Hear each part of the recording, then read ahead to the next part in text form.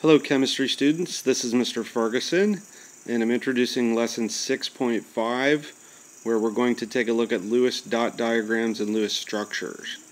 So our goal for this lesson is to have you write Lewis dot diagrams for elements and then to combine those Lewis dot diagrams to make what's called a Lewis structure for simple molecules.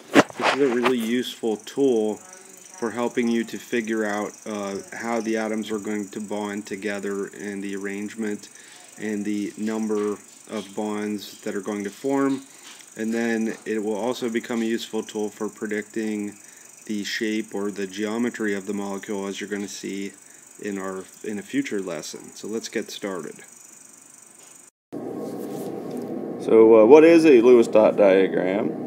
What they do is they only show the valence electrons of any given atom or molecule. So shown below is just a generic elemental symbol X. And what did you want to tell them about it then? So what we do is we show little dots around the element symbol that represent only the valence electrons, only the electrons in the outermost energy level. And there's 4 sides. You can think of a top, bottom, and a left and a right. And we can put 2 electrons onto each side. So the first 2 would go together. That would theoretically represent our s orbital. Probably should label it as such. So the top would 2 would be the s orbital. And it doesn't necessarily need to be the top. You can move them around. Yeah, as long as they're paired up to begin with. So this would be 1 and 2. All right, then the third one would go, say, over here. The fourth one might go down here. The fifth one over here. So that represents our 3 p orbitals. So this one's going to be px. Could be px. One of the 3 py, and if those are px and y, this one's pz. Or p negative 1, 0, and 1 if you want to use the quantum numbers we used. Okay, then 3, 4, and 5. Then we go back. Now we following Hund's rule. We double up 6, 7, 8. There we go. So that you know, if an element had all 8 valence electrons, like a noble gas, it's going to have 2 dots on all 4 sides. If it has 7, it's going to have 7 of them, and there's going to be 1 unpaired electron. All right, let's show them some real-life problems from the periodic table then. So here we have some different group. We actually have, I believe, 8 different groups or columns to show you kind of an example of what we mean. And to get the total number of valence electrons, if you remember in class, I did mention it before, that column 1 here would have 1 valence electron. This one would have 2 valence electrons. And you skip this entire section here, you have 3, 4, 5, 6, 7, 8 valence electrons. That's how you count to figure out how many valence electrons each element would have. So if you're looking at hydrogen, for example, you would find it in the first column, and therefore you would only have to put 1 dot. And if you notice, Mr. Ferguson's putting the dot off to the right. It doesn't really matter where you put the dots, as long as the 2 s dots are together to start. So the next one is beryllium. Again, we find that in the second column now. So you would need to put 2 dots next to each other because they're both s. Then boron, you go over, is in column 13, which would have 3 valence electrons. So 2 get paired together. There you go. Then carbon has 4. First 2 paired up, and they don't have to go on the right. I'm just showing them on the right. 1 over here and 1 somewhere else. 2 of the p orbitals are occupied by 1 electron. But it is important to make note, carbon is an exception to the rule of Lewis dots. Normally carbon has 1 dot on each side, but that's an exception that we're not going to deal with right now. Right. So we'll get into that maybe a little later. So nitrogen has 5. 1, 2, 3, 4, 5. Okay. Oxygen has, of course, 1 more than nitrogen because it's another column over. So 1, 2, 3, 4, 5, and then we can double up anywhere we want in one of these pieces. I'll put it there. Alrighty. Fluorine has 7, so we're getting closer to the octet. 1, 2, 3, 4, 5, 6, 7. And then lastly is neon, which is in the 8th row. So that's going to be a noble gas for a reason, because they have a full outer valence. So please note how he does fill them in. It goes pair of 2, and then singles, and then pairing up again. So as a good general rule then, how many covalent bonds something likes to form, as a general rule, would be seen by how many unpaired electrons it has. Yeah, so like carbon actually has the 4 different ones, because it actually So we could forms. actually say, or C, 1, 2, 3, 4. That's what carbon's supposed to look like, and that's how you know carbon forms 4 bonds, why nitrogen forms 3, because it has the 3 openings, and oxygen likes to form 2, fluorine forms 1, and of course these guys form none. So okay, hydrogen has just one unpaired electron, so it's going to form 1 bond. Beryllium's a little bit of an oddball, and actually is a metal, and it doesn't really do a whole lot of covalent bonding. Boron's another special one where it can actually want to form 3, because it again, a lot of special rules, but just know the general rule at first. That's what we're looking for at this level. So and hopefully if you didn't make any other connection here, like Mr. Hunter pointed out, the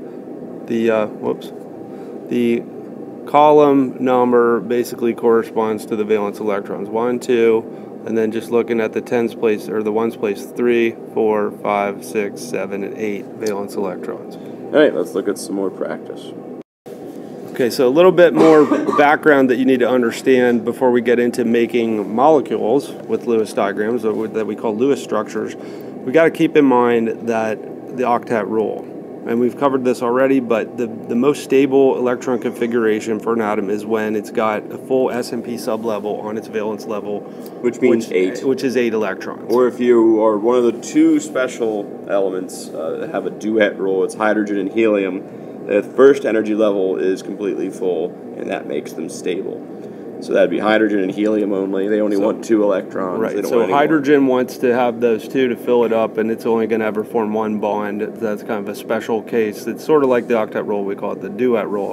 And basically, covalent bonding then, we've already covered this, but the atoms are going to share one of their unpaired electrons with a nearby atom that also has an unpaired electrons, and then they can satisfy that octet rule in that way.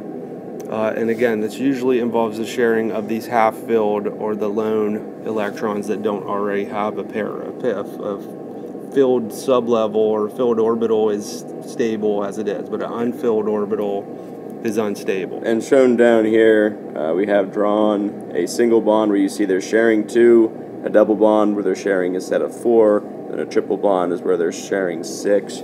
So that's just to illustrate what a Lewis dot bond would be drawn like. And how does, let's look at our triple bond. How's the octet rule satisfied? Well, each atom has 2 electrons of its own, and then the 6 shared ones count as electrons of both atoms. So 6 plus 2, this one on the left has 8, and the one on the right also gets 8. So sometimes they'll do a triple bond. But you can see the same idea with our double and single bond. The atoms end up with 8 electrons in sharing to satisfy the octet rule and be stable. Indeed. So the first thing you should do is probably write down what's written at the top there or typed at the top. It's a good way for you to continue to make Lewis structures on your own. But first of all, we always have to find the total number of valence electrons for any atom. So we can start down here with carbon tetrachloride. We know carbon brings 4 electrons, and each chlorine brings 7. So that's 28 plus 7, which equals, of course, 32.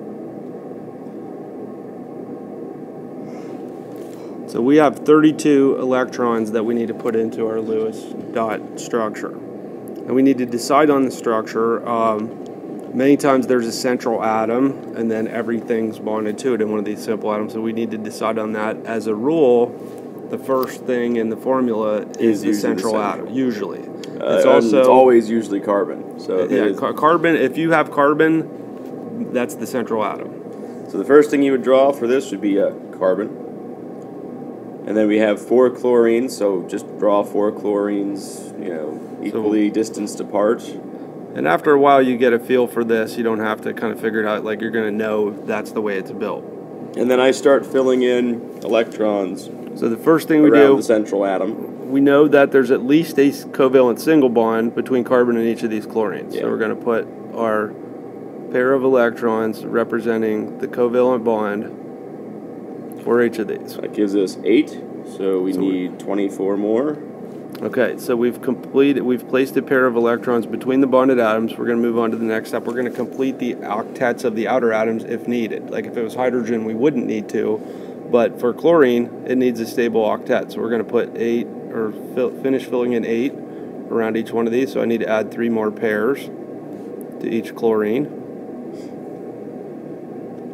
And you could be counting as you go, but we're experienced enough to know that they're all going to have an octet when we're done. So we want to check, does our central atom have an octet? Yep. Mr. Hunter already said that it does. Do our outer ones all have octets? They all have octets. And now the final check is, did we use all 32 electrons? The answer is we did. We did. If you count them, there's 32. So that is a correct Lewis structure for carbon tetrachloride. All right, let's do another one here. I guess we can do NH3. Okay, so again, nitrogen, there's only one of them.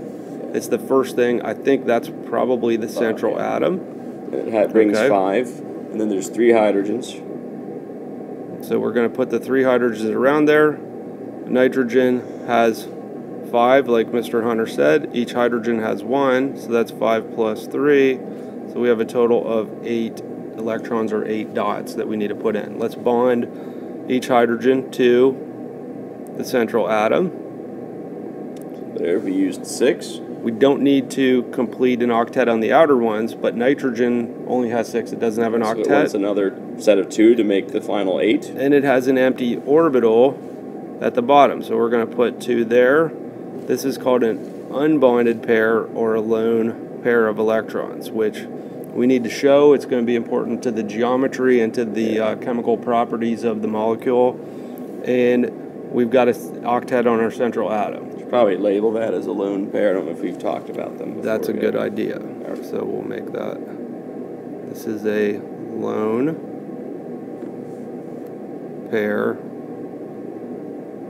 also known as an unbonded.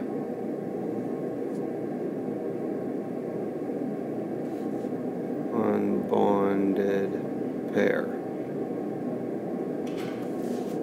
Okay, so that's 2 out of 4. So next is oxygen, O2. Each oxygen brings 6, so we want a total of 12 when we're done. We need 12 dots, and now this is a diatomic, so there's no central atom. It's just O next to O. So we start by bonding the 2 oxygens together. We complete their octets. 2, and then you can 3, 4, 5, 6, 7, 8, 9, 10. 11, 12. Now the problem is we ran out of electrons. Before other oxygen got a okay, so this is where we want to, since we don't have an octet, we want to look for a way to form a double or triple bond. If you run out of electrons, that would be an indication we need to take a pair of electrons from the one that has more and move them in here. So in between, so then they should have... Erase.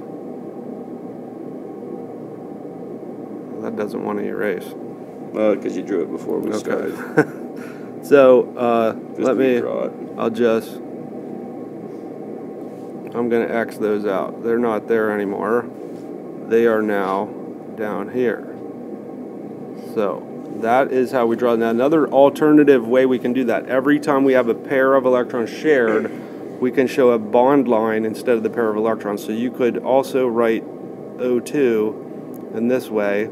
Since they're sharing 2 pairs, we'll show 2 lines. And then we actually have 2 lone pairs, or unbonded pairs, on each oxygen. So every one of those lines counts as 2 electrons. So if you count, there's 12. Yeah. 2, 4, 6, 8, 10, 12. Okay. So oxygen double bonds to itself. And then the last one here, CO2, we have a carbon, which would be the central. And then we have 2 O's, so that would be 4 plus 12. So that's 16 electrons. Yep, so let's first set up our carbon. So we're going to give carbon a covalent bond to each oxygen, and then we're going to complete the octet of each oxygen. That's 5, 6, 7, 8, 9, 10, 11, 12. 4 more. 13, 14, 15, 16. There we go. Now where the issue is here, we've used all the electrons. Oxygen each has an octet. Look at carbon. Yeah, the carbon does not have an octet. Is missing 2 sets of electrons.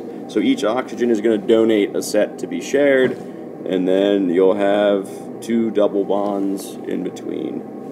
So we're going to rewrite this here, here, here. Whoop, that's 2 pairs. That's 1 pair. There's the other pair. There we go. So that gives us a total of 8 per atom, and that gives us a total of 16 electrons. So we could also rewrite this as we showed up above, showing the double bond to both oxygens, and then don't forget to show the lone pairs on each oxygen. And we went slow through this because this is oftentimes a difficult skill for people to catch on to. We'll be doing lots more examples in practice in class. We have one more type of this. It's called for ions. So let's go take a look at those. So the final thing we want to look at in this lesson is doing the Lewis structure for a polyatomic ion.